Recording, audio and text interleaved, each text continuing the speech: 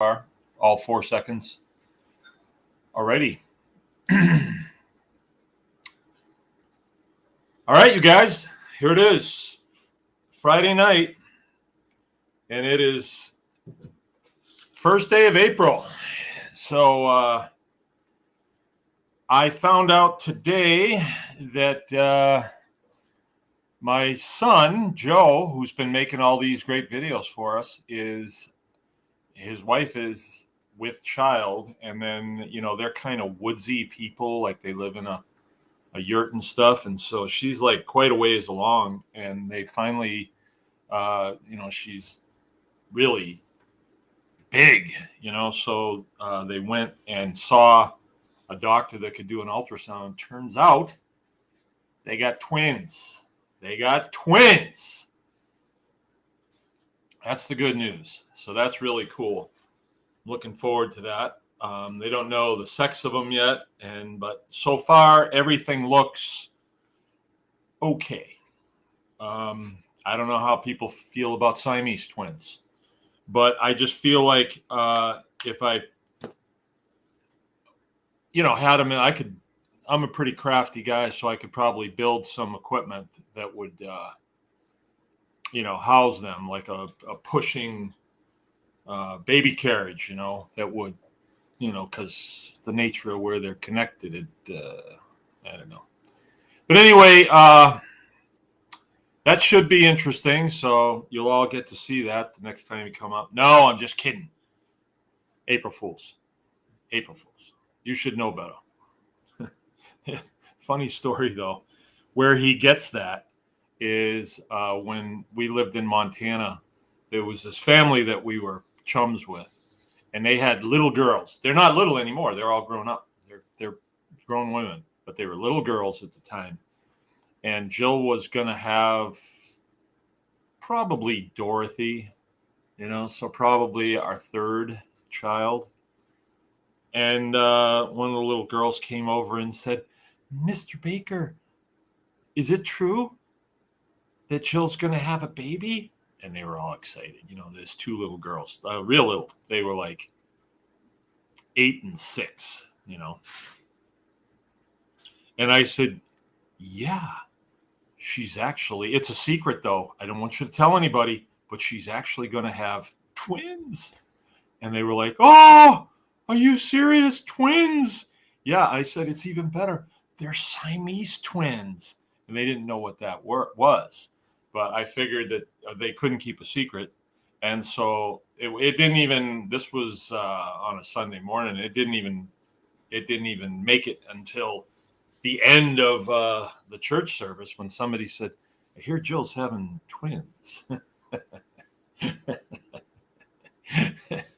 Yeah, well, whatever. Thank God it's Friday. Justin's with us. And DeCleric Homestead's with us.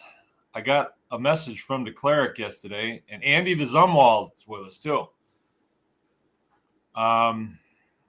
This is the best part of my day today, because today was right crummy day. Morale is just not very good around here. You can see, though now I can see open sky, but it's almost sundown. And they fooled us. They kind of let us think that we were going to have a nice day today. But then when I looked at it closer, it was, oh, yeah, we're going to have a little bit of sun at 7:30, right? So excuse me just a second. All right. Now I can eat more. Yeah, I really lost track of time. I was sitting down with a plate of food, and Jill said, "You only have a minute." Well, and I couldn't believe that. So I actually got started a little late tonight, but great. Friday until, I don't know, you know how things are kind of changing a little bit with our new format, right? I don't really know how the Q&A, the Wednesday Q&A is going to fit in with this new format. I honestly don't. I'm going to have to talk to Joe about that. And also, Friday is Open Line Friday. But basically, with the new format, I'm getting input from you guys as far as what topics do we need to address? Okay. And then I put a list of points in there, and then we run through them real quick. And at the end, we take questions. All right. So these don't have to be long shows. They don't. They can just be, very topic driven. And I think that there's a topic for every night of the week for the next 10 years. I really do. That's how broad homesteading is. And if we wind up going over stuff again, that's not a big deal because we got new people coming in all the time. I thought last night was really a good show, and maybe it's just in my mind, but I look at the dichotomy of the I'll just call it the Purina system of homesteading, where we're going to get all of our feeds from, a main company, and I don't want to pick on Purina. I mean, they're doing good job. But if we, say we're going to feed out 2 hogs and okay, it's going to be 700 pounds to get them to 280 pounds. We do the math on that. We're going to have to cough up $750 for feed just to get them fed. Then another $300 to get them processed. And if you, do any of the other things, like let's say that you want to go to farmer's market here in the state of Michigan, you've actually got to go through the Department of Agriculture so they can come out and check your freezer to make sure that it's freezing. Now, you couldn't do that on your own. You got to have some real smart person come out from the Department of Ag to figure that out. So, that whole system is kind of broken. And I'm sure if you were to check with them, they would say, oh, you can get feeds cheaper than that. Well, even like Andy piped in last night, well, I can get feed for 11 cents a pound. 11 cents a pound. I didn't do it out, but let's say he had to go through. This might be kind of interesting to do. I've been using my calculator a lot today because I've been doing the plan for the build out. This is just a rough drawing, but I had to do the plan so I could get a count of the lumber, count of windows, count of all the stuff. And then it's a line item. And then beside it, you have to research, find out how much is a shower stall, if we're going to get new ones and all. So I went with all new stuff, and I used Home Depot because they're right here and I get 10% off as a GI. So I used that just as my estimating point. But anyway, that's what I was doing in the house today because it was so friggin' cold and wet outside tonight. I didn't even want to be out there. Excuse my language. But let's say 0.11 times 800. It can't be.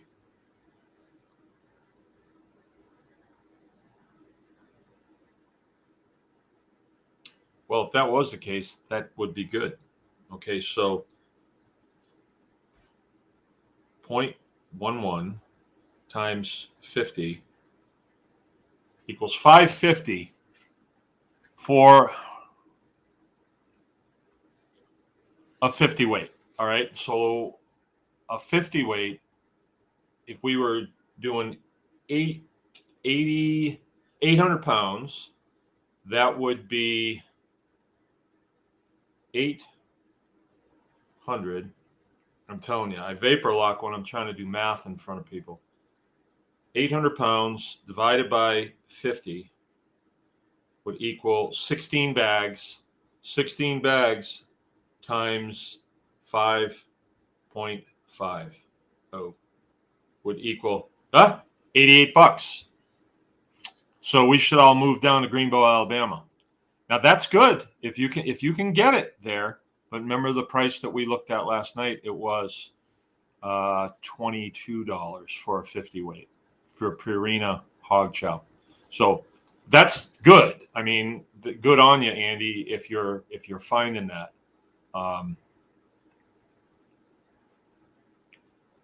I'm scrounging about 50% of the feed, bought feed in bulk, in it is cattle feed with no corn or soy at 11 cents a pound. So I'm feeding them for a lot less, bought 1,400 pounds 5 months ago. Well, there you go. Adapt and overcome. Where have I heard that before? That is what you call what? Tell me. Suitable sub. That is a suitable substitute. And it certainly is. All right. So there you go. That's the way to go. But I thought that was a profound show, and it just, to me, it was anyway, because the dichotomy of very expensive raising of pigs to very inexpensive raising of pigs, extremely inexpensive if you just use techniques. And let's say I had this technique up here last night. Let's say you couple that with scrounging. Whoa, ho, ho, ho, ho. Now you're talking. Now you're talking. But see, the point is, if I raise 20 pigs like this, let's say the homestead method, and my I'm just going to use an example, and my profit margin on that is X times 50, whatever, and I do the Purina method, and my profit margin is X times 6. It's a big difference. And if there's any bumps in the road and you have, let's say you lose one of your wiener pigs, you could be in the negative really quick. So I think that people are finding, I'm sure the clerks could back me up. And actually, anybody here could back me up on this. Hey, Keith. We live in an abundant creation. We were placed in this abundant creation.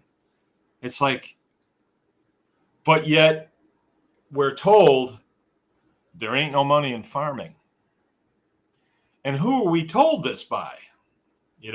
They always tell you, well, there ain't no money in farming because you ain't farming to scale. What do you mean? So if I'm losing money at 5 pigs, I'll do much better at 1,500 pigs? It never really makes sense the way they do it. They always try to confuse you with this scale thing.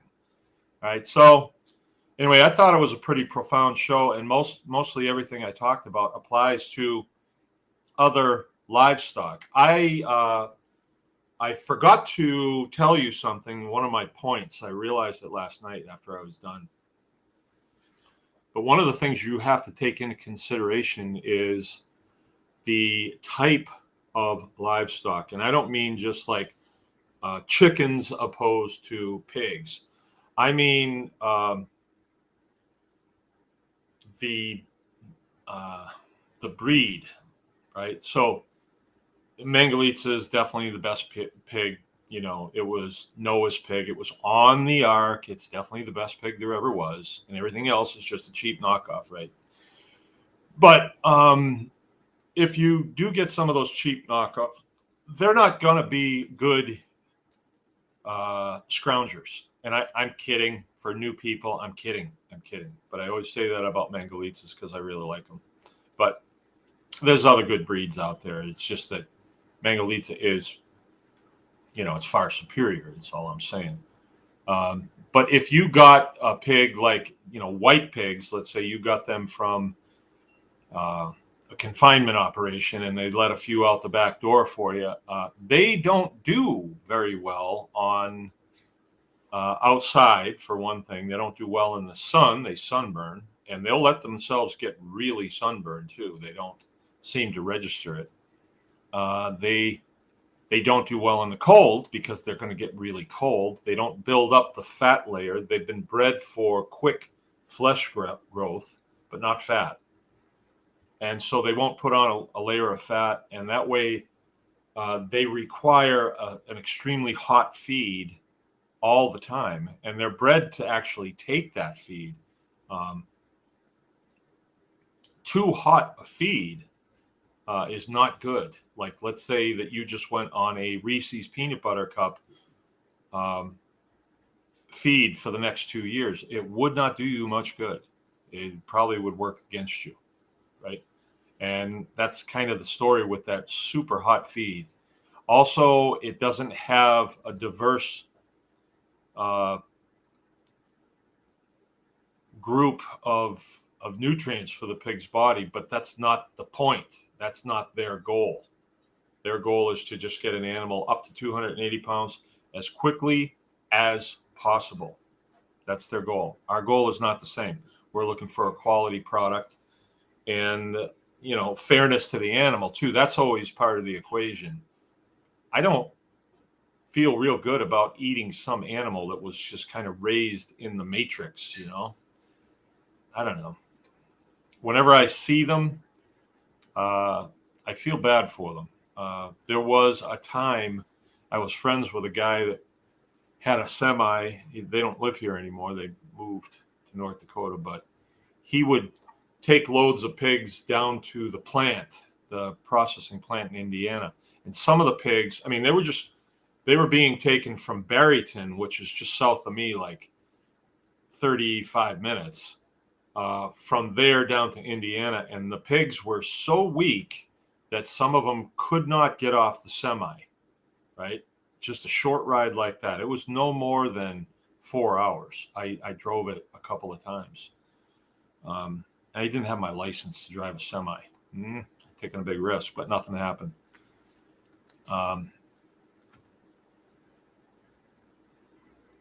And I thought that was pretty bad, but a couple of times that my friend went with it and the pigs didn't get off, there was another place they could pull up, and then the laborers would come out and they would just hook onto these pigs and drag them out. 2 guys dragging a pig. It was brutal. And the squealing and all that was just terrible. And they would just leave them. They didn't even put them down. They would just leave them. And when they pull them off the back of the truck, they just pull them off, you know how high a semi is, and just plop. And they didn't put them out of their misery. And they were using hooks to do it. Just gross. And this guy said, well, I'll just leave them on the semi. I'm coming back north. I'll stop by Mark's house and let him have them. And I think we got like 5 or 6 of them. And we couldn't get them out of the semi either. And so we went into the semi and shot them. And then loaded them into the front end loader, brought them down to the shop, hung them up. And it was terrible. The shop stunk like pig, so bad. And it wasn't a good situation. They were clammy to touch. Yeah, that was a bad situation. Anyway. All right, Declare, great show last night. We went without pig feed for the last 4 months last year, for at least 4 months last year. It was awesome. And they turned out great and have been delicious. By the way, Declare had a post up today. They're needing help coming up with a name for the homestead. And I think that is critical.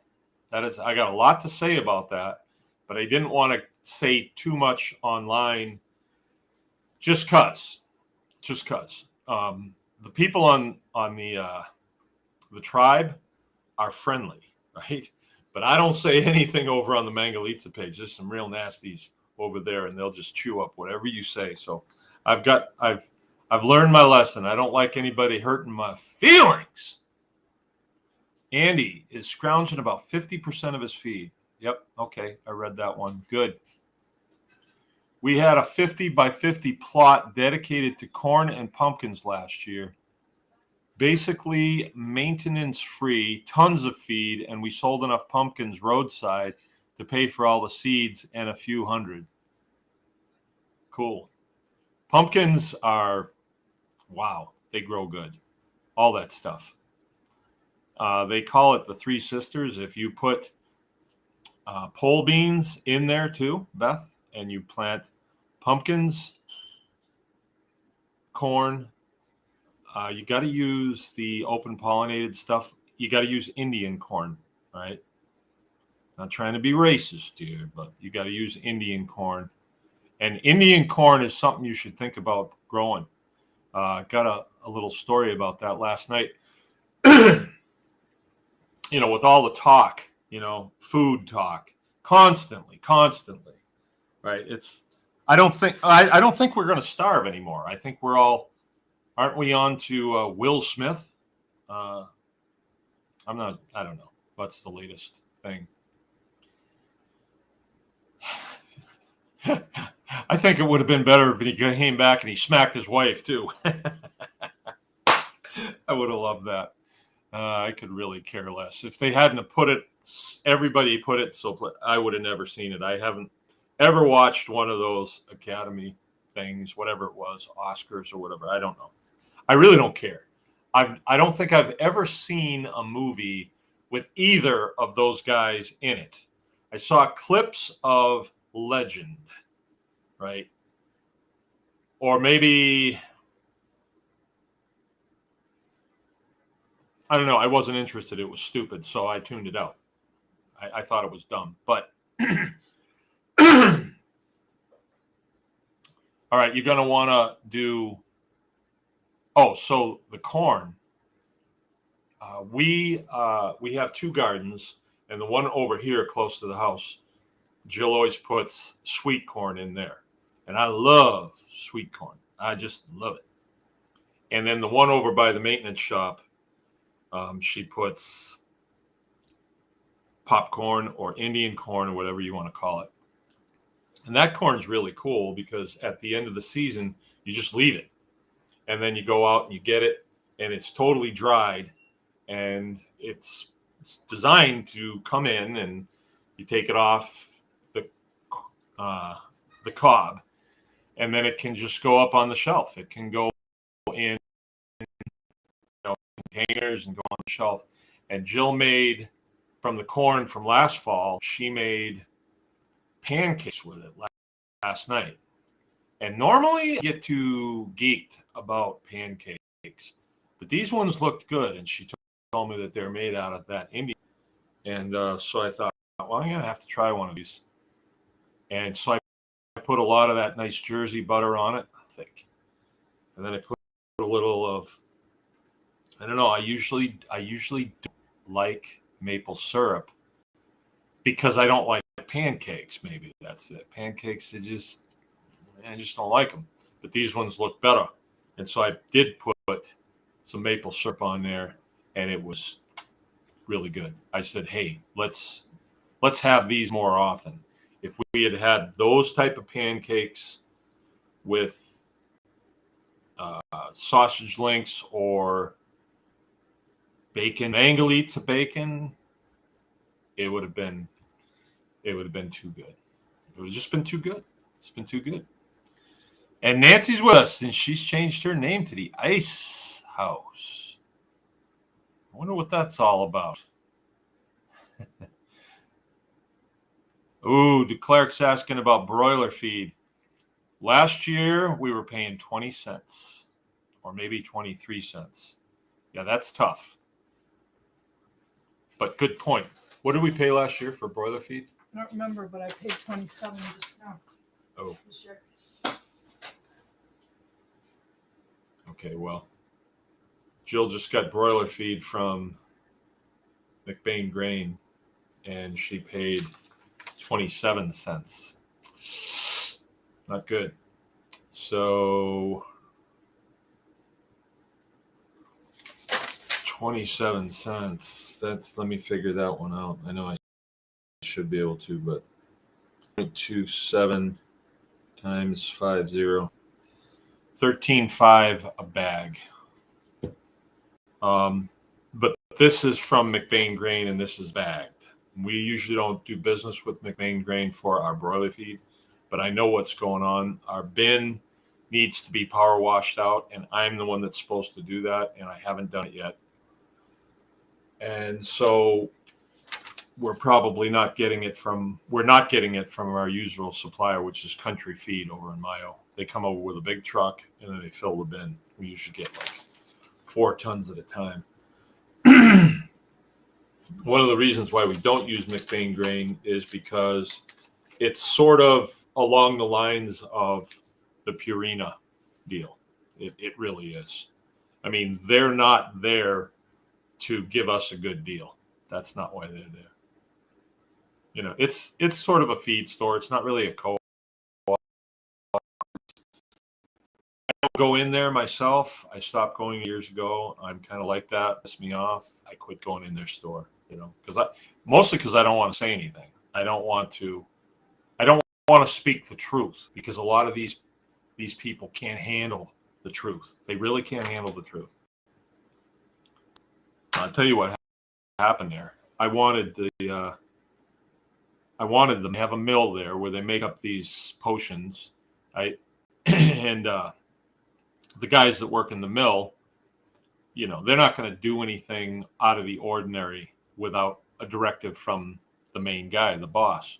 So I went into the boss's office. He says, "Hey, I got this charcoal that I made. Can I show it to you?" And he says, "Yeah." I show it to him. And he's real stick in the mud too. And I said, "I want this to go through into my feed. Do you have a problem with that?" And he says, "No, they'll just dump it in and grind it in and it'll mix. I don't have a problem with it. It's not going to hurt anything." And I took it over to the mill, and the guy that works in the mill said, "No, I'm not doing it." And I said, "Hey, I cleared it with the boss, so do it." And he's like, "Not doing it." And I just said, "Well then, I guess I won't be buying my feed here anymore." And so I quit them. And I could have argued with them, but I just said, you know what? I'm tired of trying to convince people to do what they ought to do. The guy's a damn hourly employee, and he just refuses to do what I'd asked him to do. What can you do? These people, some of them are weird in that town. Very weird. All right, Coastal's with us. New channel name for Nancy. Yeah, it's a question. And let's see what Nancy says. There was an ice house on the lake I live on, so I decided to call my homestead the ice house. Okay. Cool. Literally. That's Canadian humor right there. So for you Americans that didn't get that, see, that's Canadian humor. It is cool, though. Brittany says, "I'm going to grow popcorn this year. I'm excited." Yeah, very much. The stuff that Joel grows does pop. The grinder, I don't know, Brittany. Maybe Jill's listening in and she'll pipe in with which grinder it is. I really don't know. We make pancakes using pork rinds. Wow, that's a good idea. That's a dandy idea. That would work for, carnivore. DeClerc says, "We're at 27 cents here too, non-GMO soy-free. It's from the Amish. I would drive for cheaper, though."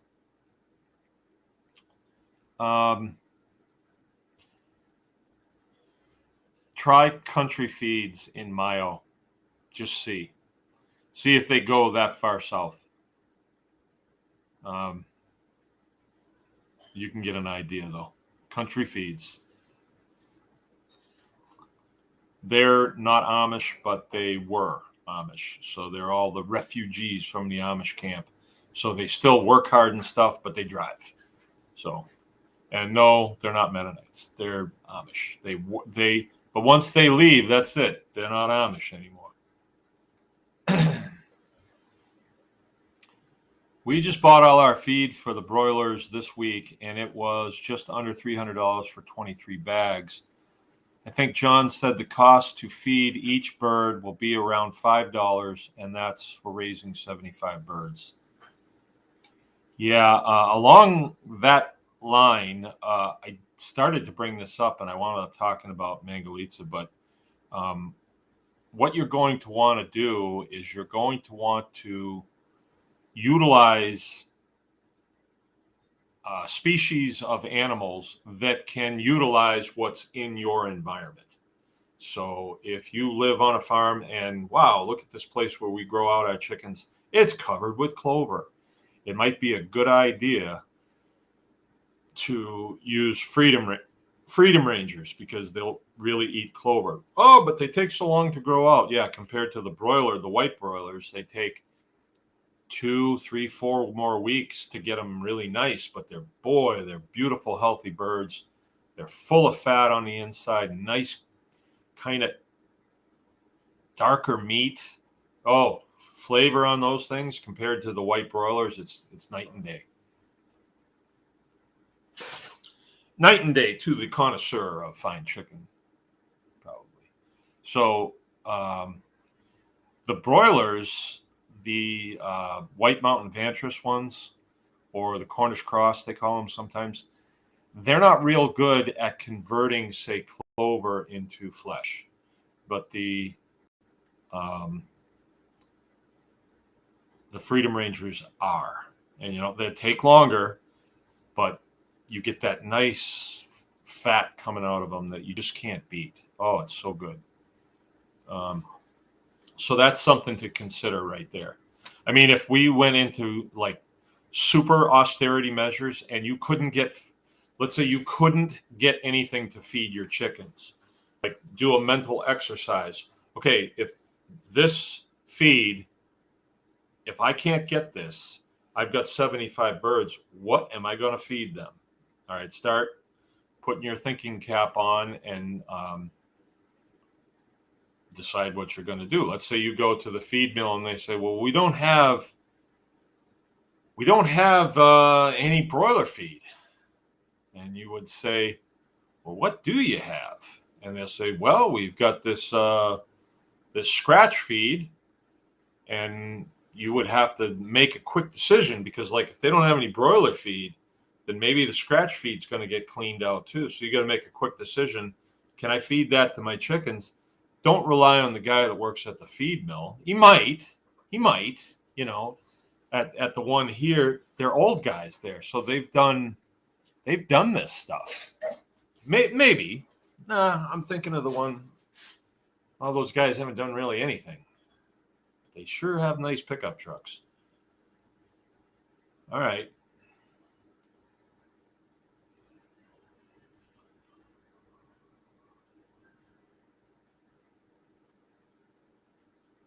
Okay, the ghost. I'm sure we could find a method to mix your biochar into the feed. Yeah, what we do is we just top dress the feed. We just put it in there on top of it all makes it in. I tell you what I really need. What I really need is I have one. I have a feed grinder. I have a mill. And we have just converted it from belt drive to PTO shaft drive. So I can run it off the PTO shaft on my tractor. And I did an ops check on it, I don't know, week or so ago, and it seems to work fine. I don't know if it's making the speed that the other one was, but we'll see. It's close. And we're using that to grind biochar, actually. That's what that was done for. The biochar really does need to be ground up before it can go in the feeds. Our primary use for biochar here is for chickens because we do grow a lot of chickens. Yeah. So once it's ground by us, then we can top dress the feed and put it in. But they make a grinder. It's called a tub grinder. And one of these days I'm going to find one. And it's sort of like a tub, a round tub usually. Sometimes they're oval. And you put a PTO shaft to it. My problem has been that the ones that I see are always really big. And I don't have a tractor that's big enough to turn it yet. The 2020 that I have is going to get, I can't use it. It's too small. It's 54 horses. And my diesel tractor is 55. And I thought that the 54 gas would be sufficient, where my baler requires 65 horses or maybe 85, I think. So I'm just not going to be able to use it. I was really excited when I got it. It's a really nice tractor and all that stuff, but I really just don't need it. So I'm going to sell that one and possibly use that money to get another diesel. I would like to get a John Deere, but I don't know. Who knows? I'm just going to take what I can. And then I'll have a tractor with some ponies that I could turn one of those feed grinders. Now, if I had that, I could fill it with all my bread and grind it up and then use that for feed. You really could, because the chickens do fine on bread. They really do. They're not going to grow at the same rate as I would like them to, but they will.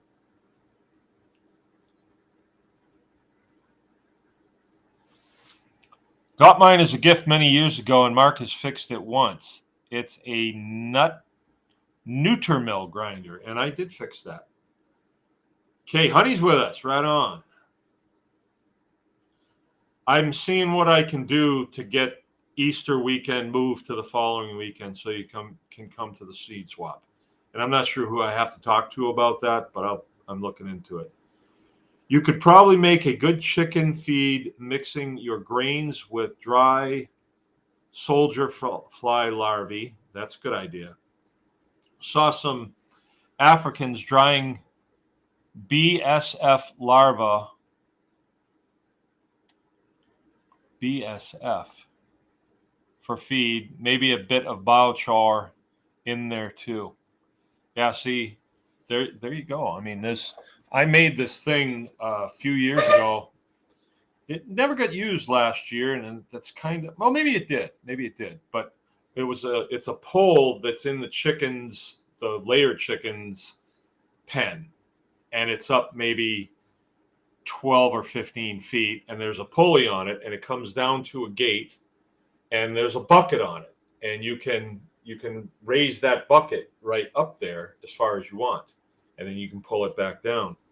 And so what we did was we took this bucket and drilled a whole bunch of holes in it, all everywhere. Probably it's 50% holes on the bottom, and then around the bottom edge. And then we'll put something in there, like some chicken heads and some guts and whatever in there, and then run it about halfway up. And in a few days, there'll be maggots crawling around everywhere, and they drop out. And as soon as they hit the ground, they're up high enough to make a little noise, and the chickens go over and they grab them. So it's really neat. And, flies are going to be around. Might seem like a little gross, but protein's protein, right? Maybe if times gets tough, I'll be making maggot burgers myself. Black soldier fly, BSF. Okay. BSF. Okay.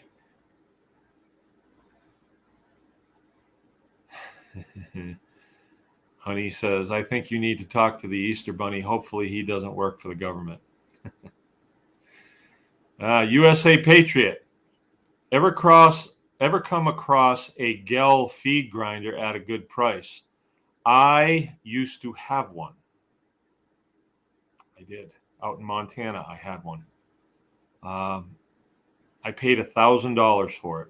And, equipment in Montana is way different than equipment here.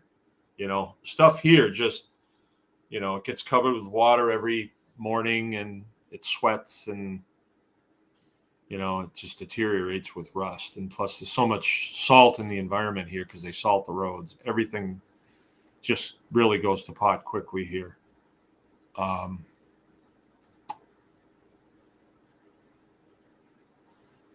The grinder that I have right now is just the grinder. It does not have the mixer, right? So the one I had was a mixer grinder.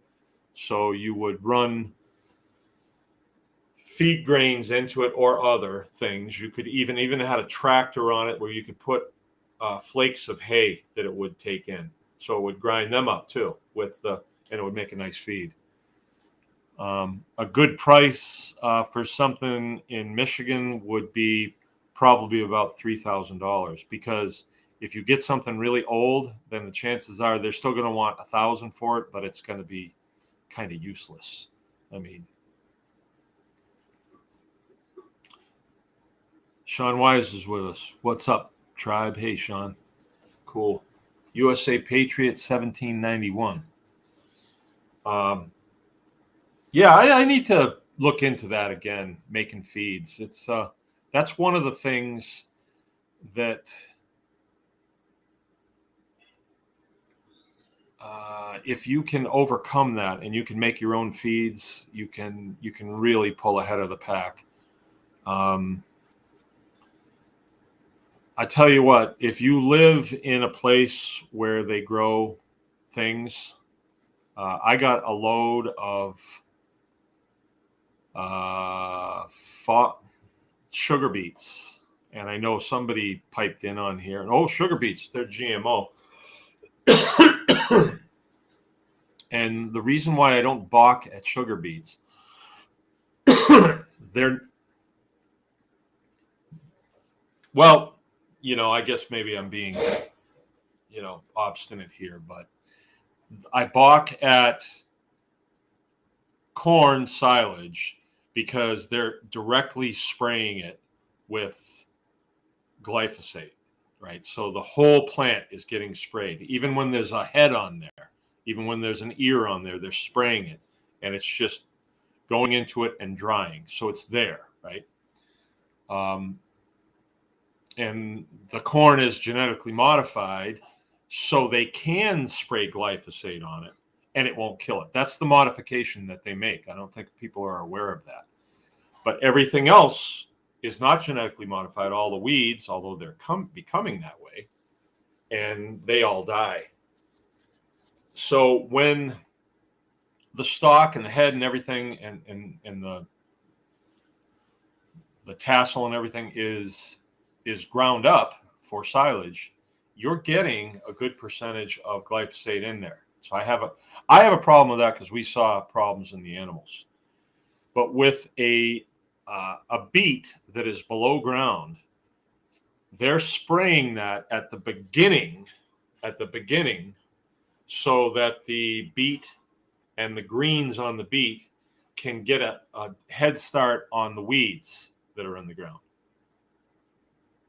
But then that's it. Once the beets gain superiority and they bloom out, they don't spray them again, because when they harvest them, they're leaving the beet greens out in the field. The harvesters take them off and leave them in the field, right? So I don't have as much of a problem with it. And in a great world, I wouldn't opt for it. But anyway, I got 15 yards pretty cheap, and I still have half the pile right now, and they're kind of mushy. So I'm wanting them fed. Really, I need them fed, and I'm feeding each pen a bucket load a day, and the pigs are doing really well on them.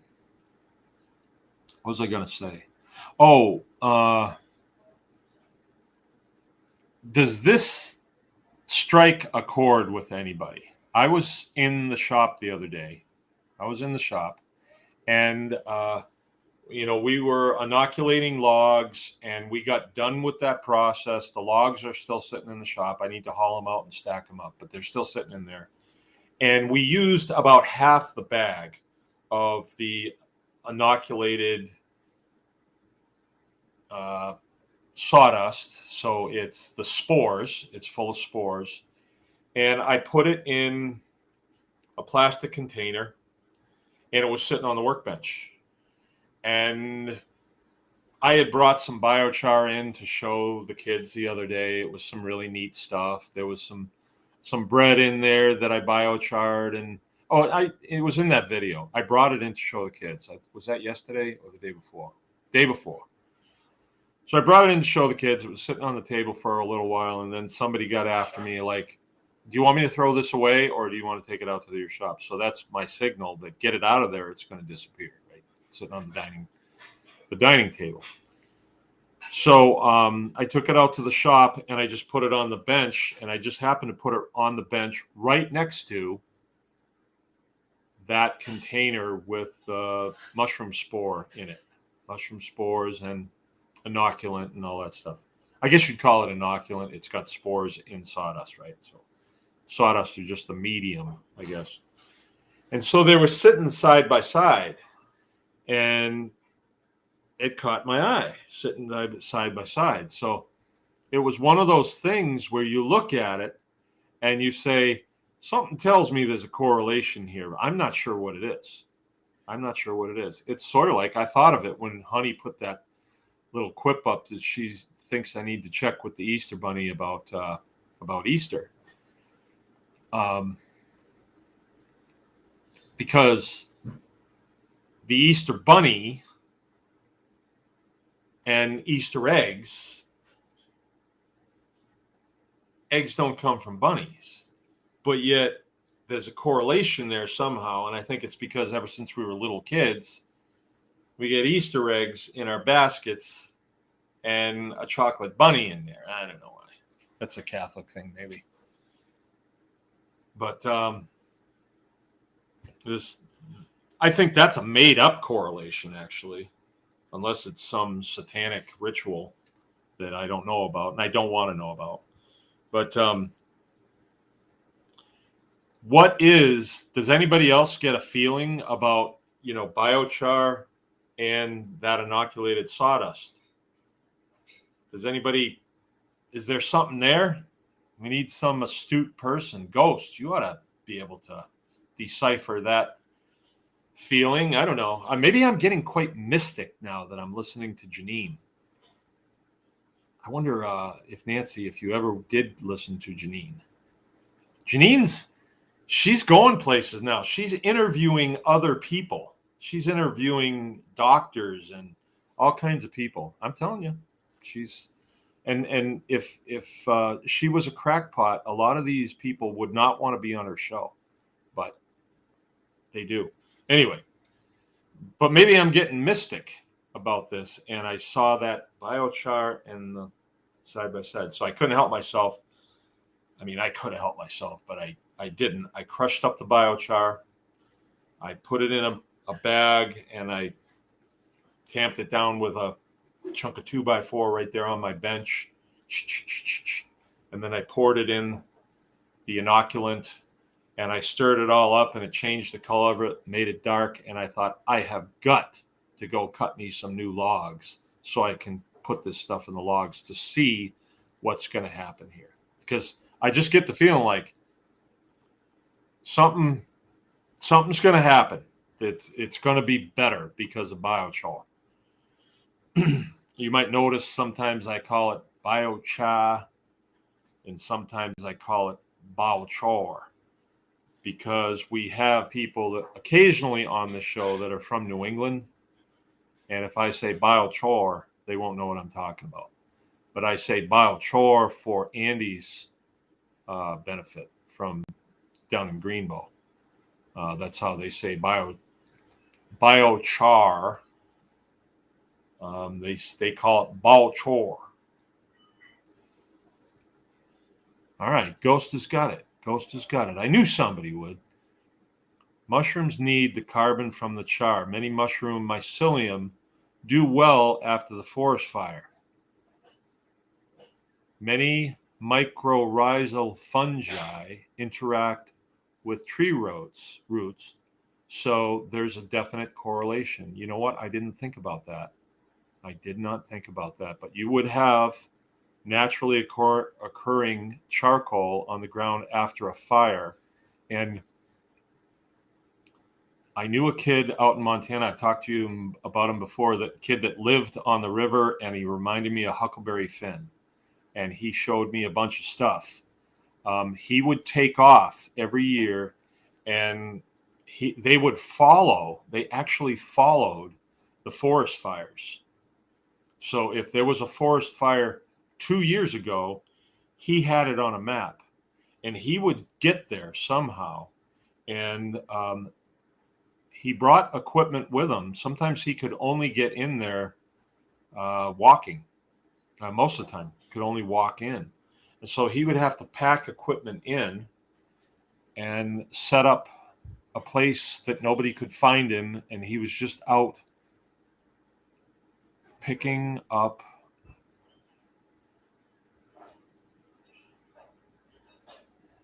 some kind of mushrooms. What were they? I don't remember what kind of mushrooms they were.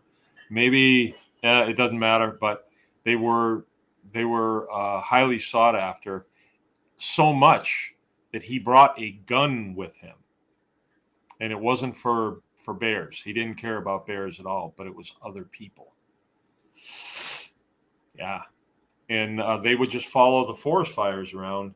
He would pick these mushrooms, dry them, and then fill a backpack and bring them out. And he did really well with it. Morels, yeah. Morels, yeah. That's what it was. So that figures. So maybe we're on to something, you know. Nancy's saying it might supercharge the growth. Maybe. In Canadian, it's biochai. Yeah. I got a good friend of mine that lives over in New Brunswick. Is going to come see me this summer. Haven't seen him in 30 years. But, you know, the wonder of Facebook. We have been communicating, and I really love the guy. I'm hoping he makes it. He was a youth pastor when I was a young lad, but he's younger than me, you know, but I was working at a kids camp as a favor to somebody, and I got to kind of liking doing that. All right. Well, this is the night to talk about your guys' stuff. So what do we want to talk about tonight? We have been talking about some things here. I mentioned you want to probably pick livestock that will be working well with what's in your environment. So if you're Sean Kelly, you probably don't want to go with a Hereford, you know, cow. You probably want to go with like a Texas Longhorn, something like that, because they do better on that type of forage that's out there. I had some of that while I was out there. It was actually really good. All right, I'm going to write that down, man, because what happens is I don't really get access to this after, because I would have to go into Jill's phone, and, you know, I never do. So I'm going to write that guy's name down. Fresh from the farm fungi.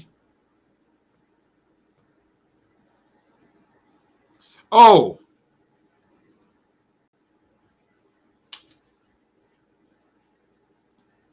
Fungi.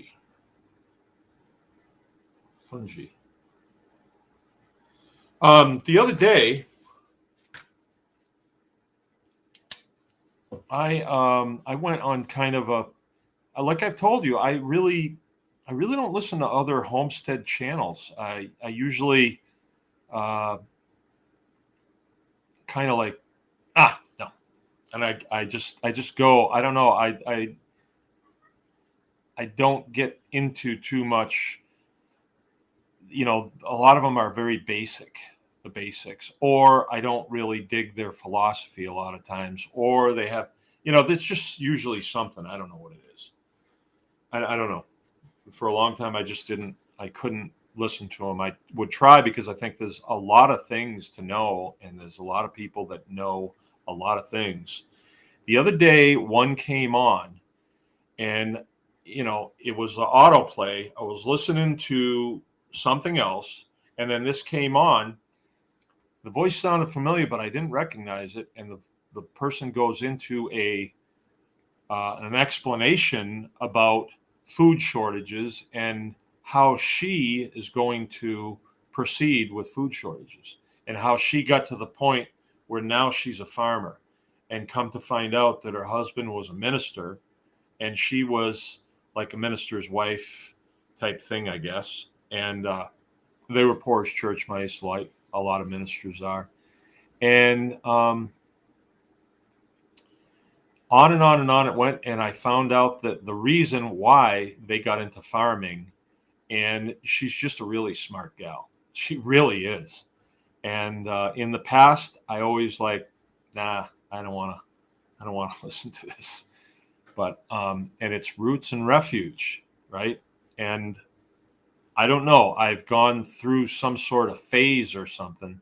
So I've been listening to her, and she's got a lot of good information. Really, a lot of good information. I don't have any problem with what she's saying. I think it's good. She's very well informed. I would kind of like to know what her background is. And I even thought they don't seem to be livestock people to me, as much as they are. I mean, even I think by her own admission, they're more growers type people. And I thought about reaching out to her and say, why don't you and your husband come take one of our classes? And the reason I say this, I think I know why I changed my tune about her. Her mission and my mission are very consistent. That's it. That's why. So we're going to the same place. But she puts out a video and she'll get 53,000 hits on it in an hour. It's incredible. People really like her. And I can see why. I like her too. But I just thought I'd tell you that. There was another one that I kind of liked too. Something Norris. Michelle Norris or something. Abigail Norris. Abigail? But she's a homesteader, and her husband, he doesn't show himself, so I don't think he maybe works or something, but they have some really good ideas to do on their homestead. And the one that she expounded on a couple days ago, I don't know how old it was. Forgive me, I didn't plan on coming to you with this, but they make these tunnels. So some sort of like a wicket, and then they cover them with chicken wire.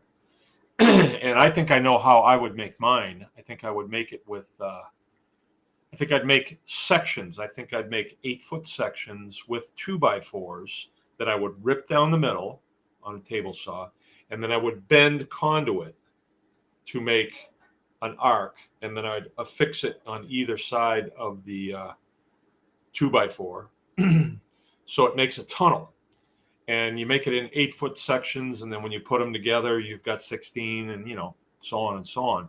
And when the chickens go in at night, like you could have 2 chicken herds, 2 chicken flocks. You could have one by your garden, and then you could have one, the regular one. That's what I would do. And the one by the garden, it's just so you have flora in with the fauna in your garden. And what are they going to do? They're going to eat bugs, So it just seemed like it's sort of like biochar in mycelium. That sounds like a good idea to me. In the past, we get a chicken that gets out and it gets into the garden, and goodbye every red tomato. They'll just take a peck out of each one, little buggers. I saw a question here from Honey Kafina. Because duck eggs are so messy, can people store extra eggs in a lime water jar? The information says can't wash eggs, but duck eggs are really poopy. What you want to stay away from when you wash your eggs is anything that's going to take that. Can somebody tell me what that waxy stuff is? That bloom. It's on the egg. It's called bloom. And there's something in the chicken that puts that on there. And when that egg comes out, it's got that bloom on it. And it's like a wax, right? And so if you take your eggs and you put them in like Dawn dishwashing liquid, boy, that's a nice clean egg. You wash that bloom off of there. And what that bloom does is it seals the egg. It makes it less permeable. And that way the white that's in the egg can't evaporate out through the semi-permeable shell. So if you just take that egg in your hand, and you put it in like warm water and just wash it with your hands and no soap, and you get the big chunks of poop off, that's good enough. I mean, if you were to test that microscopically, there's still poop on those eggs, but it's on the outside, right? And then you put it in a lime water, the bacteria that's on the outside, it can't make it in the lime water. That's not the reason for the lime water. The lime water, what it does is it changes the specific gravity of the water, right? It's no longer water, it's lime water. And if you do that, then eggs will, bloop, they'll sink. And now you might say, well, eggs sink anyway. Yeah, they do until they float. And they float after some of the material that's on the inside of the egg goes to the outside of the egg.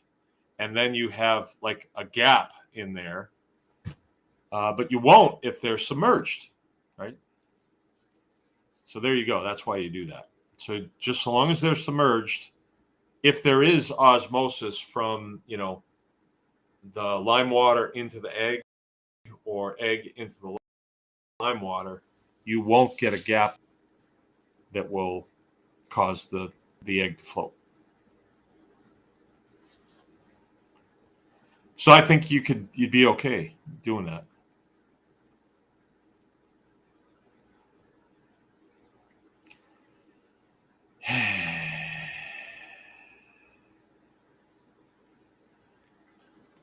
Woman.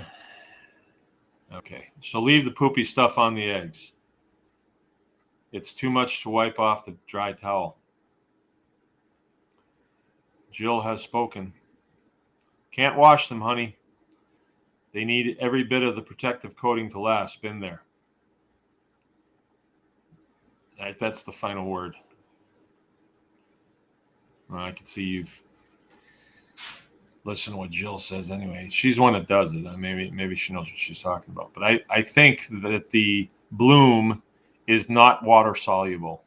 Either put a lot of bedding material down for them to walk on or wait until it dries out. I'm waiting till it dries out and the grass comes in. No, Jill, I'm thinking that the bloom that's on the egg is not water soluble. That's what I'm thinking. Now, if you put Dawn in it, then it is, it will solve.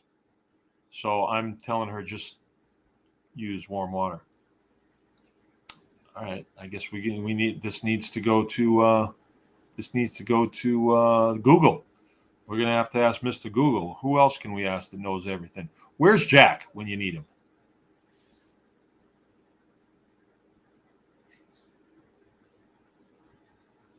All right. You men, you see the way I handled that? I'll give you a heads up on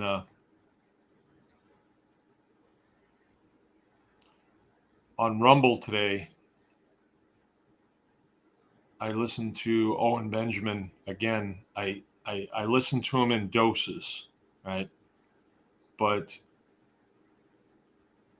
I thought the show today was really good. And he brought out that this scenario that we go through it, and we go through it, and we go through it. The news, right? For instance, they'll say something stupid.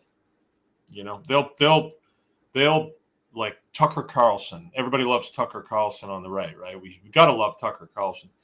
But he'll bring onto his show a man that dresses up like a woman, a 65-year-old man that all of a sudden grows his hair out and puts on a dress and says, now my name's Caitlin, and you guys got to play along. And if you don't play along, you're a racist, bigoted homophobe. So play along.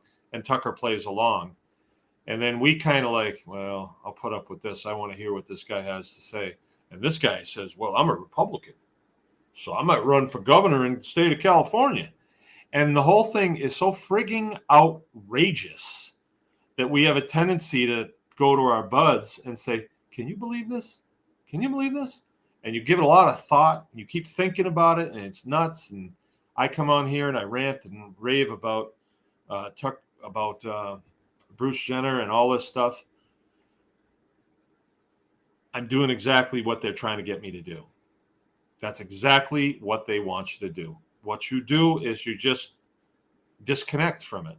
You know, like when Dopey hit Dopey the other night on the awards show. It was outrageous. Of course it's outrageous, right? Of course it is.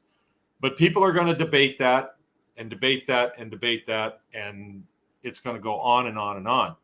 It is Melissa K. Norris, you're right.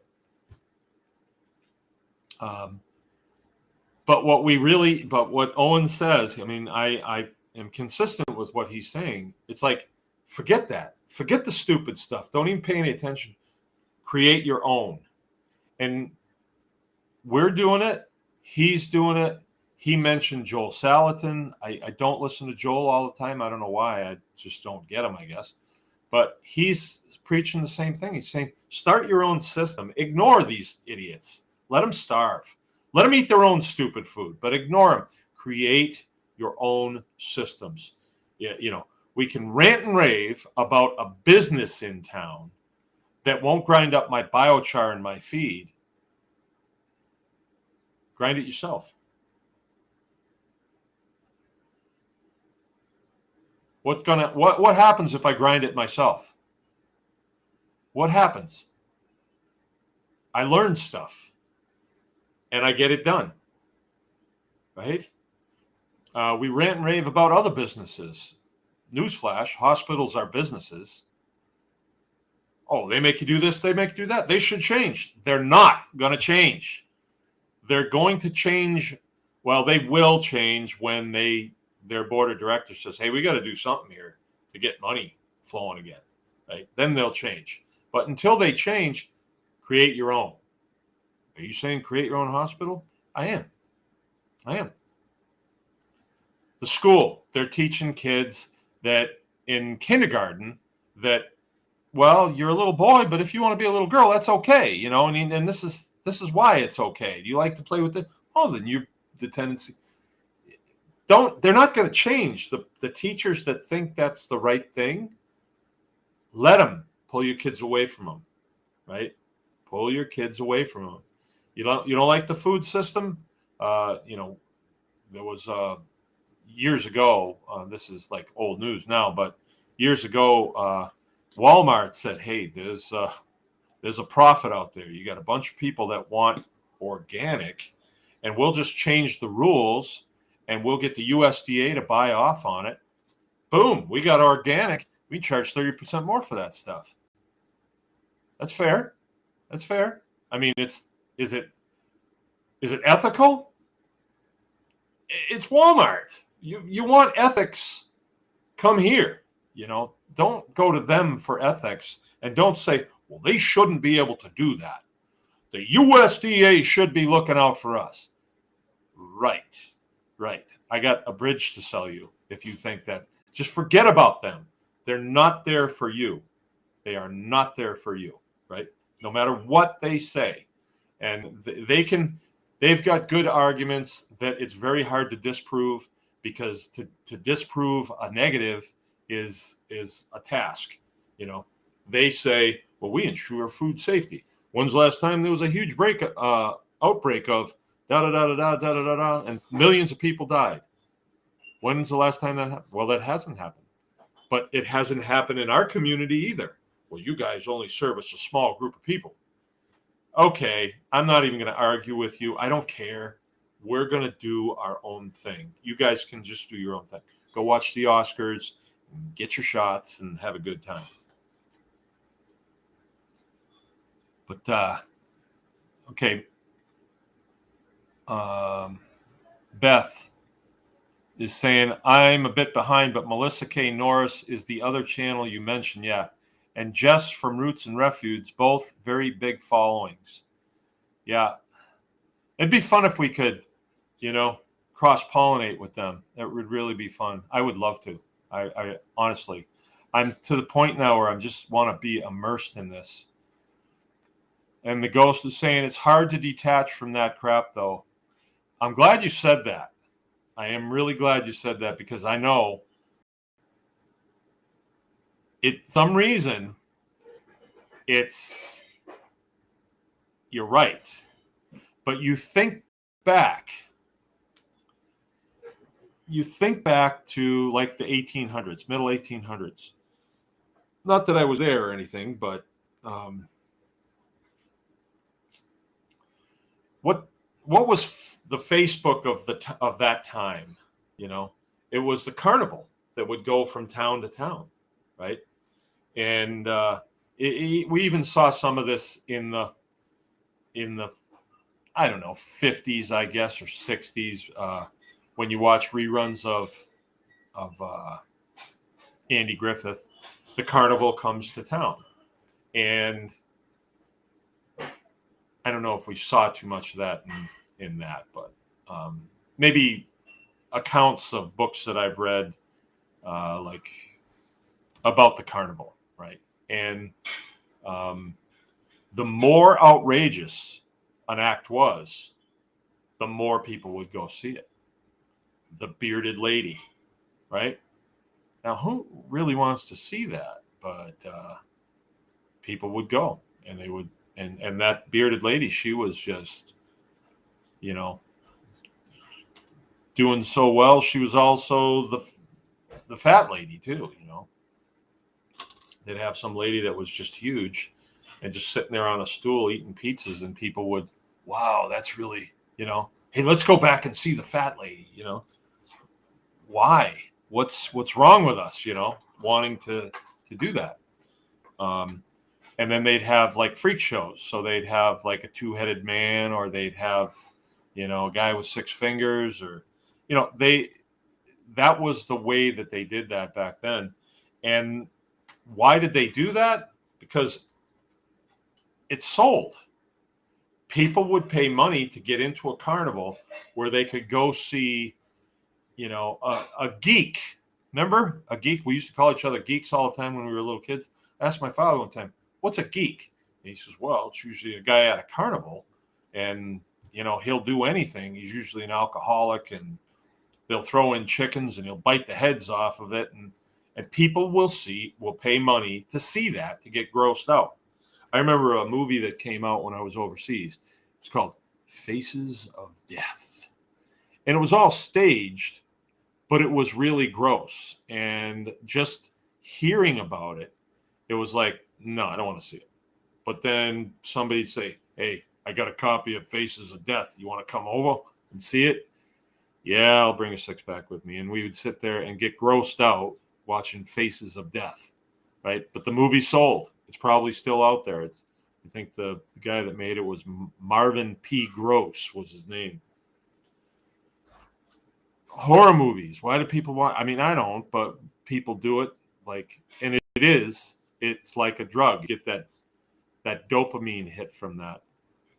But I tell you what, you can program yourself to get a dopamine hit from other things too. Some of the processes that I do, I can think of a lot of them. Just because we're talking about biochar all the time, but we'll do a burn, and all of a sudden the retort takes off, and it really makes a lot of heat. You can tell that it's gassing off, and you're like, oh, good, you know, good. This is going to be great. And the next morning, boom, first thing I think of, I'm going to go check that burn. Go out and you pull it out, and it's like, oh, all this nice shiny biochar in there. It's really cool. And you get a buzz out of it. You get a dopamine hit. Why would I bring, you know, my T-shirt full of it in and put it on the table so everybody could look at it while we were eating breakfast? Why? I don't know. Call me weird. When you go out in the garden and there's a nice big red tomato, that's nice. Go out a cucumber. Oh, have me that. beans, stuff. You go out, oh, look at these. Look at these mushrooms. By the way, I'm going to be putting my wine caps in here, and I'll make a video of it. I did a video of making shiitake logs with just my camera. I think I told you this. And we went over to see Joe on Sunday, and he said, oh, I'm so pissed about that video that you made. And I was like, why? And he was talking with Jill, and I guess I missed some of the conversation, but I thought, what did I say in there? You know, I have a tendency to go sometimes. And on the way home, I said, why is he mad at me about that video? Oh, the video got over 3,000 views. So here's one of old Mark's videos that gets a pile of views. So it just means that people are into mushrooms. So I'm going to make another one when I'm getting ready to do the wine caps, and see if we can get another big score like that. All right, let's see what we got here. Question. Okay, the ice house. Ooh, I don't know about that. I don't know about that name, Nance. I guess I used to have a friend. He referred to his wife as the Ice Queen. And it wasn't exactly because she was cool, if you know what I mean. There's a subliminal messaging, so it will be a task to keep yourself on your path. They'll do anything to keep you distracted. Yeah, I guess that's true. Even I was talking with a friend of mine today, and I was explaining to him some of the principles of what we were talking about last night, how our associate farms, we need to encourage them to push the Anyone Can Farm experience forward. You know, do whatever you can, forward Joe's videos. They're entertaining, they're fun, they're informative. Forward them to everybody on your feed, everybody that's in your Facebook, whatever thing. Why? To do me a solid. All right, to do me a solid, so that my son gets, encouragement for the work that he's doing. Yeah, for sure. But moreover, if the experience becomes what it could be, right, as big as the NRA, let's say, or bigger, when we go to our associate farms and bring our cameraman and our little bus, and we walk around someone's farm and they get to show us what they've done, which is, that's what people want to do. Maybe some of them. I know some of them do. And then we sit down and we do a quick interview. Hey, why are you farming? People love that stuff. And that'll all become content for the experience, see? And so we have a massive footprint on the experience, and people watch it and they see, oh, DeCleric Farm. Hey, those guys are just up the road. And then all of a sudden, oh, you're part of that group. You're doing a hog harvest? I want to go. You see, so you push the tribe forward, you push the experience forward, you're actually doing yourself a favor. Because then when I get a call and say, come on down to Dundee, I'm going.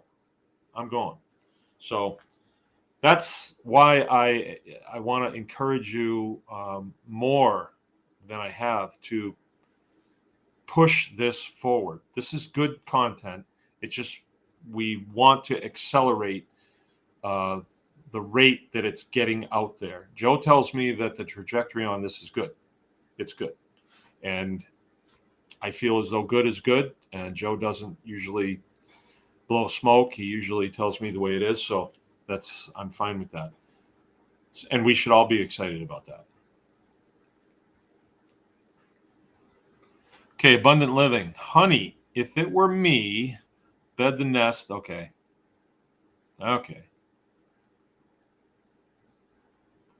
Honey is saying, have you guys ever heard government paying farmers not to grow food? Oh, yeah. That's nothing new. That is nothing new. If I throw stones at the Department of Agriculture all the time. And okay, Mark, then what should we do? Fine. Let's just let about 3/4 of them go. Right? We don't need them. Right? Nobody on our end, on the citizens' end, because we're the ones that generate the dollars that they take from us to pay them. We never authorized food inspectors. We never said that was a good idea. They decided, well, we need to be out there inspecting this food, make sure it's safe. And when you think about it, you've got one guy in a massive, massive area driving around his little black car, his little laptop computer. And right, he's the reason that we have safe food in this country. Right. If you believe that, go back to watching the Oscars, I shouldn't say that. No, but you shouldn't believe that, because the reason why the food is safe in restaurants is because the chef that is the executive chef there follows good sense. Why? Because if he makes somebody sick, it's going to come back on him. He's not doing it because this inspector is looking over his shoulder. And in reality, that inspector never looks over his shoulder. I mean, I was licensed here for 14 years. We never had anybody look over our shoulder when we did anything. Anything. I could have been doing anything I wanted and nobody would know, but this is my business, and the people I'm selling my chicken to, they're paying me money for a wholesome product. If they get a wholesome product, they'll come back to get more. Why would I compromise that? Why would I compromise that on purpose? And, it just doesn't make any sense. Their model is, we're a bunch of inmates, and without them, we would just do stupid things. We would just urinate on our hands just before, I'm supposed to wash it. I think I'll just urinate on my hands. That's how they treat us. And that's what the wong coming out of these damn universities think about us. That's what they think. They're the management class, right? And they're actually the ones that know very little. They learned how to spit back some of the foolishness that was in these university textbooks. And all of a sudden, now they're the experts. They can tell us what to do. Baloney. Okay? Food is safe because we pay attention to detail. We don't need oversight. And if you were going to actually provide any real oversight, you would have to put many, many, many, many more people in those departments. And don't get any ideas. My point was, when those departments were first put in place, they were put in place by the governors, because the governors were like, hey, I need to know how many green beans are being produced in the country. I need to know that. I mean, in this state, because the president's asking me how many we have that it's going to go into the national supply. And I don't know. So I need you guys to find out. I'm not telling you to tell people to grow green beans. I just want to know who's growing green beans. That's all, right? And push come to shove, you have a group of them that are counting green beans, and then one of them's kid gets out of college. Hey, we need a job for like Sonny Boy here. So, okay, well, you can be counting cauliflower, I guess. And on it goes. And then there's no more vegetables to count. And they say, well, we need to make sure these things stay safe. And the legislators may object to that, but, oh, you don't like safe food. Is it? See, so that's their argument all the time, And the way I look at it, I mean, I can say they need to change. They're not going to change. What I need to do and you need to do is we just need to create our own. Just create our own system, that they are not part of. And our system will be better. We'll be healthier, and all that stuff. All the things, because does the Department of Agriculture, are they ensuring food quality? No, they're not.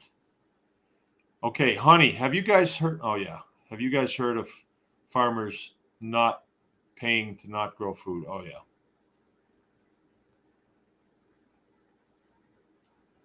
Yep. Federal government is doing that.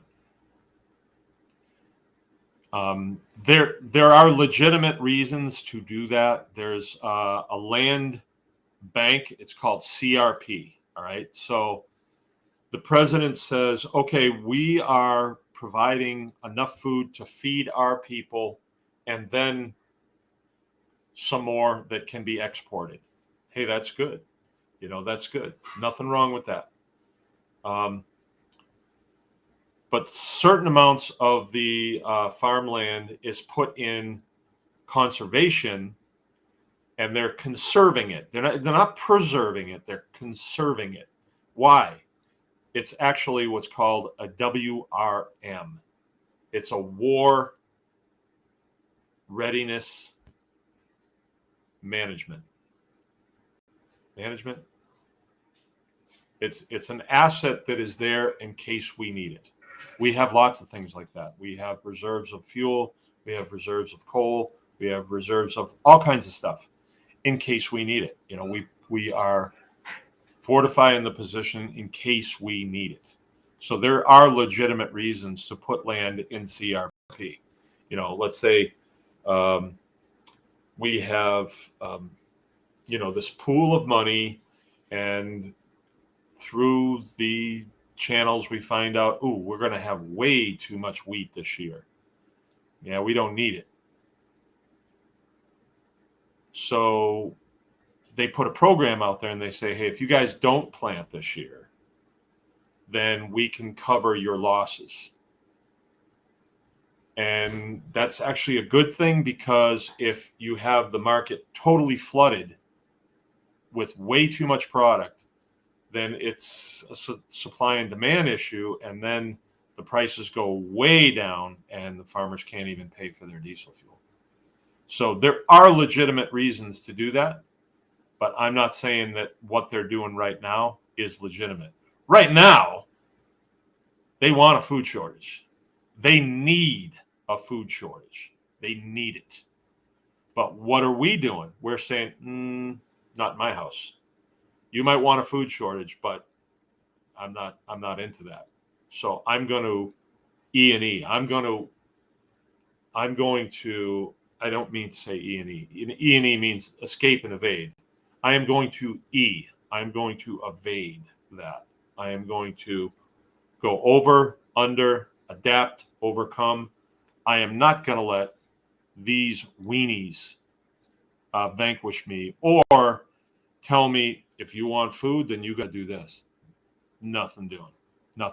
And I actually think, I was talking with a friend of mine today, I think the time is coming that there are signatures on pieces of paper that people are going to be held accountable for just that very thing. Like, it don't go away if you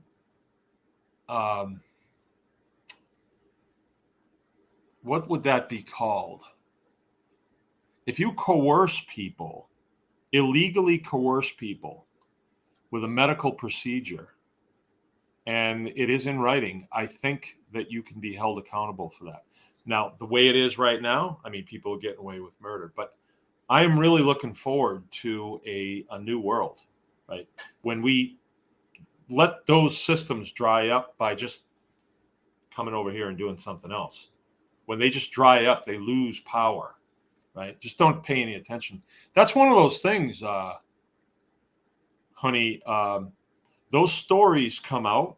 I've read some of those stories. I've even heard testimonies from farmers about getting this paperwork to fill it out. Hey, if you don't fill it out, you're not going to get your subsidies. well, you shouldn't be in that position anyway, you know? If they sent me something and said, we don't want you to grow chickens this year, Mark, and if you don't, what? If I don't what? Well, I don't get anything. I don't have, there's nothing for them to take away from me, you know? But if I was getting subsidies from them and they could cut those if I don't not produce, or they're buying I've seen where they're buying people's crops and they're telling people just go out there and mow them and leave it. I know that's happening out in the thumb with sugar beets. I know that's happening. That's how come I got all these sugar beets out here.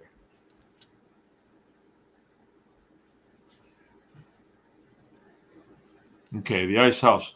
Only hearsay stuff. Some videos online, but never confirmed from what I can see. My comment on that, to Honey is like, ignore it. Ignore it. Don't give it any.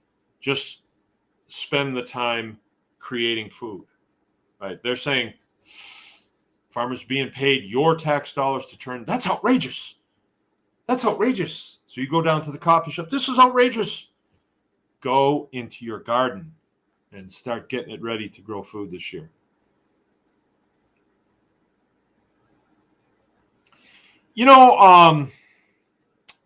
Coastal, I'm gonna say this about Ice Age Farmer. I've recommended to listen to Ice Age Farmer. I like to listen to Ice Age Farmer. I do. He's Canadian, eh? However, it's always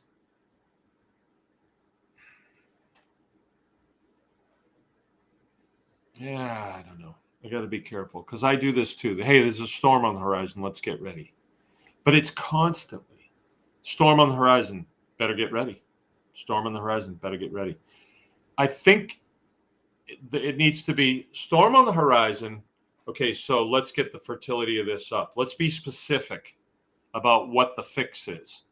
I used to really I still get really frustrated when I hear people relate a story about, oh yeah, they're teaching this in school and da da da da da, the whole story, and then they'll say, people better wake up. I'd say, okay, well, I'm awake. Now what do we do? Now what do we do? People better wake up. And that's what I get from the Ice Age Farmer. I think I don't think he's shilling in any way. I don't. I mean, like a real honest guy. But it is, there's another one that you look at their headlines, The Epic Economist, and don't fall into that trap. That is gloom and doom always, and you ain't going to make it, right? But sometimes when I listen to Ice Age Farmer, it's like, oh boy, I'm going to be all right, but I don't know about everybody else. That's what I've even said that to Joe. I don't know how this is going to turn out. And but there's definitely things that I need to do. I need to be going to my neighbors and I need to be saying, hey, let's get together. We're going to have a canning party. I really need to do that. Some of them I don't know very well. And like we live on a road and there's like 1, 2, 3, 4 of us on the road. And some of them I don't know very well. Okay, Nancy's saying, okay. The ice house. That might have been in reference to maybe I went a little too far with that. I don't know. That's why it causes me, I pause when the ice house. Remember they used to make ice house, I think Miller Brewing Company made it. Get so sick on that one time. The ice house, LOL. We had a local place here called the Goat Ranch, very popular amongst the servicemen during World War II. Speaking of well-known local places.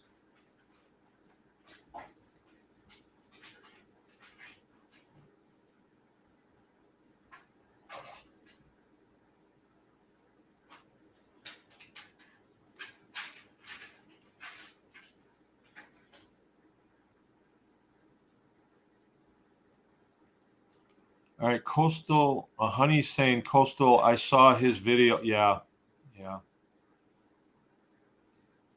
I don't know. My gut on that is like when I see another Ice Age farmer, it just seems like, oh, here's another good commentary of how screwed we are. And I don't want to do that. I say, okay, well, this appears to be a problem. Here's what we need to do. Here's what we need to do. That's what Tucker Carlson does. He uses sarcasm and he says, oh, I guess we have a retard for a president now. There we go. How do you like that? And you feel like, oh, damn, we're stuck. And instead of, okay, well, here's a solution for that. And that problem that's a huge problem. And I think that's above our level. But the things that we hear about, obviously we would be drawn to Ice Age farmer because, farmer and all that stuff. Okay, what Ice Age farmer? I would be saying to him, okay, well, let's change that message a little bit. There's a storm on the horizon, right? Yeah. Okay, let's start informing people what they need to do. Okay, this is what we need to do. Oh, I was going to tell you before, I'm talking with a friend of mine today, and I was telling him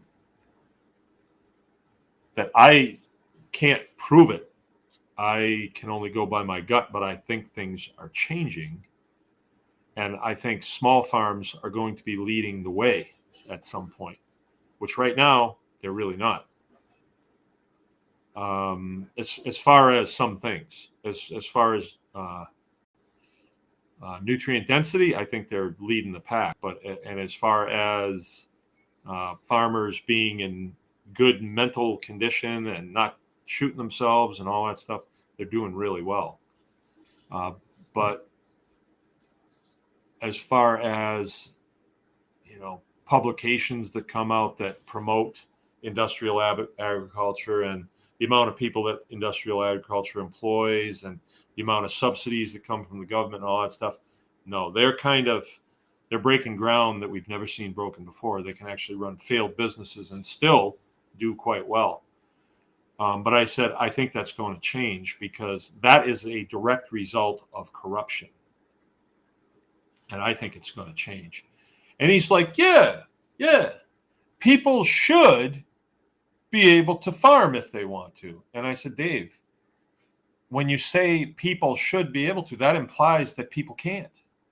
And what we need to be conveying is anyone can farm, and you can, not because, there's a law that says you have the right to farm, which is actually the right to pollute. You have the Fifth Amendment. That's good enough. That's better than some law that kind of half steps it. Well, if you're this far off the property line, you can farm, or, if you do this or you do that, and you're going to have a bunch of weenies from the Department of Agriculture out there with tape measures, deciding your fate. And hell with that. I got the Fifth Amendment. Screw you guys. If you got a way around the Fifth Amendment, which holds you at bay, take your best shot. But I'm going to continue what I'm doing, and there's not a damn thing you can do. That's the message that we need to send. If small farms are to take the lead, we have the right to do this. We already have it. Okay, I missed a couple here. Oh.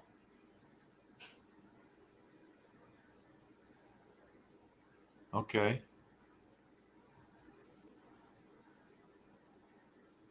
Coastal Garden. Honey Cafina, also Adapt 2030 did similar content videos today. Those two channels are very well researched and show all the docs. All right. All right, Ballistic's with us. He's going to the Trump rally in Washington Township, Michigan tomorrow. Yeah, I heard old Don was going to be in town.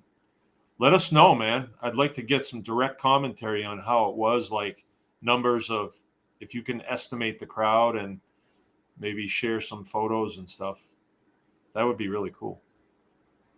Ghost is saying duress.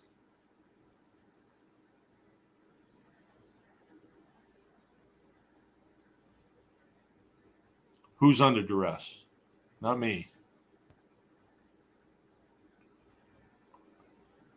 Aaron Buskell. Hi from Texas. This is my new favorite channel. Right on, man. Make sure you let us know that you're here when you come in. Keith is saying, Mark, I agree with the negativity. There's so much of it. We need more of good things. Things that speak life. Yeah, right on. Right on. A lot of this is in our, like, it's in our court. I am not going to wait until the United States government gets their act together before I start enjoying my life. I'm going to do it regardless of Sleepy Joe in the White House and Raggedy Ann giving the press briefings with dopey, I don't care. I mean, I care, but I'm not going to wait on them before I start building my world here. I'm the head of household, so if I wait to be happy until President Trump is in office, let's say, that makes me happy. My kids are losing out on 4 years of fun, So I'm not going to do that. Or I'm on this property. Yesterday, we had a dinner that was fit for kings. It was fit for kings. And that happened in lieu of Sleepy Joe being in the White House. Unbelievable. Can you believe that? I ate like a king yesterday. When I get done here tonight, I got to get done. I'm going to be going in there, and we had duck for lunch yesterday. And then Jill, it was cooked good, but not as good as it could have been. And so she made a soup out of it with all that duck meat and everything. That's what I'm having tonight. So great. Let's build our own world. I mean, and so what are we doing here? We're inspiring each other. We're sharing skills. We're sharing techniques and having fun, We're having fun. And that's, it used to be called American exceptionalism. I witnessed that actually when I was in the service. I remember this particular operation that was going on, and I was working with a kid from Minnesota, and his dad was a farmer, and he used to tell me stories about growing up on the farm, and I didn't know very much. I didn't know anything about that. I'd been on a farm a couple times, but they were always like show farms, like places where you go and pet llamas, so. But he would relate stories of real farm life. And this kid could do anything. And when the going got tough, that was when he would just, literally, he would do this. He would go, hit. He would cock his hat to one side. And that was the message to me that, well, now it's time to do it this way. And I probably was the spoiled little brat that would say, this sucks. I'm getting out of the friggin' Air Force. This sucks. I can't believe they want us to do this. And meanwhile, poor guys that are in the Army are getting bullets zipped through their tents, and we don't have air conditioning in our, wherever we're staying, that type of thing. It was just, I was a spoiled little brat. And a lot of kids are, at that age. But I saw that from this kid, but he grew up on a farm, and he was exceptional, and he became a chief. He was exceptional, is exceptional. And that came from that farm mentality that, well, it's me and Dad. We can't defer this to anybody. This is going to have to get fixed now by hook or by crook. And that is American exceptionalism. And that's what we have to do. These people in government in Washington, they've fouled everything up. So why are you waiting until they get things fixed? They're not. They're there to serve themselves, period, right? So we need to do our own thing. We can't, burn effigies of them. It's not going to do any good. It's just going to waste time, draw unnecessary attention to ourselves. We just need to build our own systems and then utilize those systems, use them. Whether, okay, you don't like the hospital, build your own. You don't like the schoolhouse, build your own. You don't like the, whatever, build your own. You don't like the food system, build your own. You don't like the pharmaceutical system, you don't have to. I mean, you've been told you have to if you watch TV, because every other channel is like, happy people who take drugs. And here I am sitting in a hotel room. Geez, I don't take any of them drugs. Maybe that's why I don't have, that. Maybe that's why I don't have that boat that guy has, because I'm not taking drugs. Maybe I should take those drugs. No. Use your head. Okay. I'm going to get going. You guys, it's been a pleasure. Let's get out there and make it happen. Don't waste any time. Build those farms. We need you. This is not a question of